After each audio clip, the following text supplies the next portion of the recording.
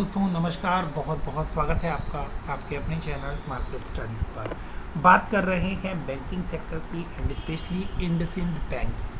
अगर आप banking stocks में इंटरेस्टेड हैं और आप भी ये मानते हैं कि जब भी इकोनॉमी की रिकवरी होती है तो सबसे फास्ट ग्रोथ आपको फाइनेंस सेक्टर के अंदर आती हुई दिखाई देती है और इंडियन इकोनॉमी की रिकवरी पर अगर आपको भरोसा है तो आप बैंकिंग स्टॉक के अंदर इंटरेस्टेड है और बैंकिंग स्टॉक में इंडसइंड बैंक या इन लेवल्स के ऊपर ख़रीदना चाहिए या बैंकिंग स्टॉक में इंडसइंड बैंक को अगर आपको पोर्टफोलियो में जगह देनी है तो किन लेवल्स पर इसको बाय करना सही रहेगा, इसके बारे में डिस्कशन करने वाले हैं।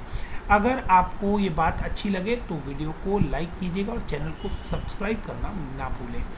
अब इंडियन इंडसइंड बैंक 809 रुपये 55 पैसे के लेवल पर फिलहाल आपको काम करता हुआ नजर आ रहा है। एक साल की बात करें तो तकरीबन 18 से 19% का नेगेटिव रिटर्न देखने को मिल रहा है। बहुत बड़ी गिरावट आने के बाद क्या अब ये स्टॉक अफोर्डेबल कैटेगरी पर आ गया है। 13 का पी रेशियो देखने को मिल रहा है। 62,000 करोड़ की मार्केट कैप अपने ईयरली लोस के आसपास काम करता हुआ नजर आ रहा है 796 और करंटली स्टॉक 810 रुपये के आसपास काम करता हुआ नजर आ रहा है। चार्ट के ऊपर आप स्टॉक को देखते हैं तो डेली कैंडल चार्ट पर 27.59 का आरएसआई देखने को मिल रहा है। ऑलमोस्ट बॉटम आउट हो चुका है या ये कहें कि ओवरसोल्ड ट्रैजेक्टरी में जा चुका है। यहाँ से एक स्ट्रॉन्ग पुल बैक आने की चांसेस बनती है, बट क्या सिर्फ आरएसआई 30 के नीचे जाना इस बात की गारंटी होती है कि आपको यहाँ एक पुल बैक देखने को मिलने वाला है या और कुछ बड़े इंडिकेशंस भी यहाँ पर देखने को मिल रहे हैं। तो to the point and chart के ऊपर आप स्ट्रेट फॉरवर्ड देखेंगे तो आपको ये चार्ट जो है ये 810 रुपये के लेवल्स पर दिखा रहा है कुछ बहुत ही अट्रैक्टिव लेवल्स जिनको हमें यहाँ देखना और समझना होगा। एक कि इस रेंज के अंदर स्टॉक जो है वो अब आपको मल्टीपल टाइम्स कंसोलिडेट करता हुआ दिखाई देगा, यानी यहाँ पर रेजिस्टेंस भी मल्टीपल टाइम्स आपने देख लिए और सपोर्ट लेवल भी मल्टीपल टाइम देख लिए। तो ये बहुत ही इंपॉर्टेंट लेवल हो जाता है। यहाँ पर भी आप देखेंगे कि स्टॉक ने इन लेवल्स के ऊपर पहले भी कंसोलिडेट किया है।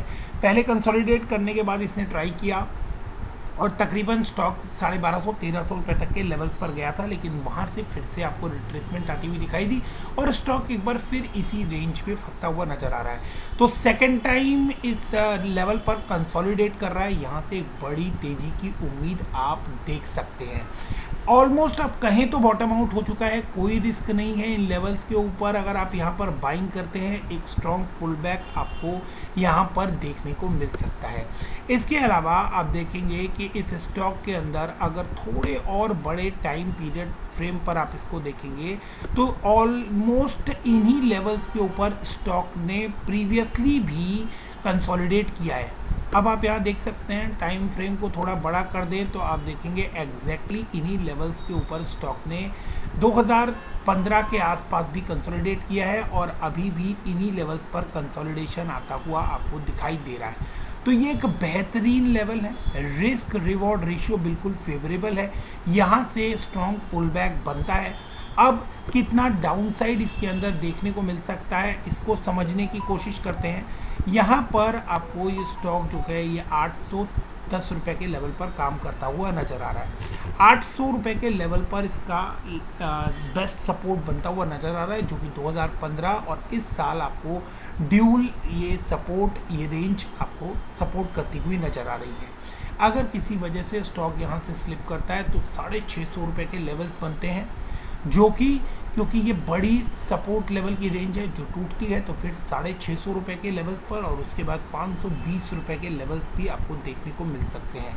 लेकिन अगर आप यहाँ 800 रुपये के लेवल्स के आसपास ही 780 रुपये के लेवल्स के आसपास ही एक स्टॉप लॉस मेंटेन कर लेते हैं तो ये स्टॉक आपके लिए ऑलमोस्ट रिस्क फ्री हो जाएगा। अब यहाँ अगर ये स्टॉक अपने ऑल टाइम हाई को भी टच करता है, यानी 1250 रुपये के लेवल्स को भी टच करता है, तो आपको ये मिड टर्म शॉर्ट टर्म के अंदर 50% का रिटर्न देकर जा सकता है with in next few quarters. अगर मार्केट यहाँ से टर्न लेती है तो आपको यहाँ पर एक बड़ी तेज़ी देखने को मिलने वाली है। लेकिन और एक पॉसिबिलिटी जो यहाँ पर बनती हुई नज़र आ रही है, जो कि पूरी तरह से पॉसिबल है, वो है कि ये अभी और कुछ टाइम तक आपको यहाँ पर कंसोलिडेट करता हुआ नज़र आए। तो ये कंसोलिडेशन कितना लंबा होने वाला है ये मार्केट की कंडीशन पर डिपेंड करता है। मार्केट काफ़ी वॉलेटाइल है और शॉर्ट टर्म में काफ़ी वॉलेटाइल रह सकती है। अगर इसी रेंज के अंदर स्टॉक रहता है तो आप यहाँ पर हल्की फुल्की बाइंग स्टार्ट कर सकते हैं। एक बार आपको स्टॉक जो है वो 980 के लेवल्स को तोड़ता हुआ नजर आए तो फिर आप इसके अंदर बड़े लेवल्स जो है वो चेज होते हुए देखेंगे। और अगर 800 का लेवल टूटता है किसी वजह से तो फिर आप यहीं पर अपने रिस्क एपेटाइट के अकॉर्डिंग एक स्टॉप लॉस मेंटेन कर सकते हैं, सो दैट कि आप अपनी कैपिटल को पूरी तरह सेव कर पाएँ। क्योंकि यहाँ से अगर स्टॉक टूटता है तो एक लंबे समय का कंसोलिडेशन लेवल टूटता हुआ नजर आएगा तो स्टॉक में आपको बड़ी तेज गिरावट भी देखने को मिल सकती है। शायद ये लेवल्स ऑफ सपोर्ट भी फिर काम आते हुए ना दिखाई दे और 650 और 520 रुपए के लेवल्स को भी स्टॉक तोड़ता हुआ नजर आए। तो आप अपने रिस्क एपेटाइट के अकॉर्डिंग इस स्टॉक बैंकिंग स्टॉक को होल्ड कर सकते हैं। करंट लेवल्स जो है वो बहुत ही अट्रैक्टिव नज़र आ रहे हैं और यहाँ से बड़े रिटर्न की उम्मीद नज़र आ रही है। होपफुली आपको बात समझ में आई हो और पसंद आई हो तो वीडियो को लाइक और चैनल को सब्सक्राइब करना ना भूलें। मिलते हैं अगले वीडियो में, तब तक के लिए थैंक यू वेरी मच।